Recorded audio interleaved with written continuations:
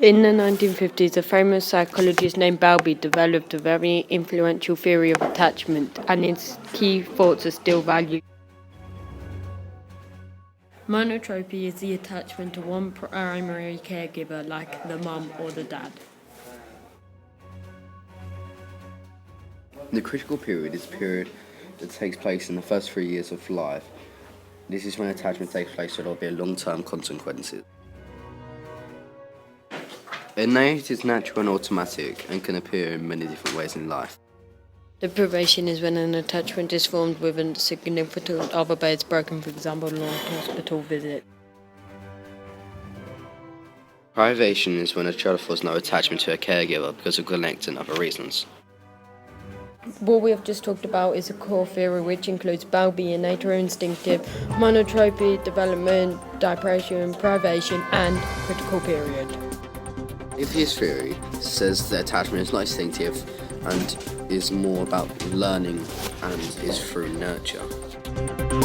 Infants learn to attach through a process of reinforcement.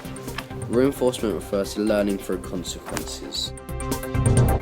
Interaction is how the caregiver forms the attachment to the child.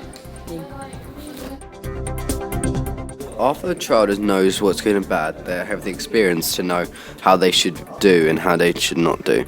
So this will help them in later life knowing what is right and what is wrong. I'm here to tell you about the core theory. I'm here to tell you how unsatisfactory it is. My name is Bowlby, and in the 1950s I developed the very influential theory of attachment, Which is outdated and obsolete in our day and age. Shall I start or shall you keep whimpering? Begin. To start, the critical period takes place in the first 3 years of life and there can be some long-term consequences. If I may interrupt, recent research suggests that there may be a sensitive period rather than a critical period. Then how do you explain the effects, particularly in adulthood? Continue. Secondly, monotropy. This is my name for a child having one primary caregiver. If I may, there are a lot of evidence in the children have more than one primary caregiver. Well then, it's good that I'm not from your day and age. Also, deprivation is when a child forms an attachment to a caregiver, but it's broken at a later date. If I'm correct, you also said the deprivation was irreversible. It has been said that it can be reversed. Do you also know about privation? Explain it. It is the idea that when a child forms no attachment to a caregiver. Correct. This is a flawed hypothesis and should not be continued to be talked about.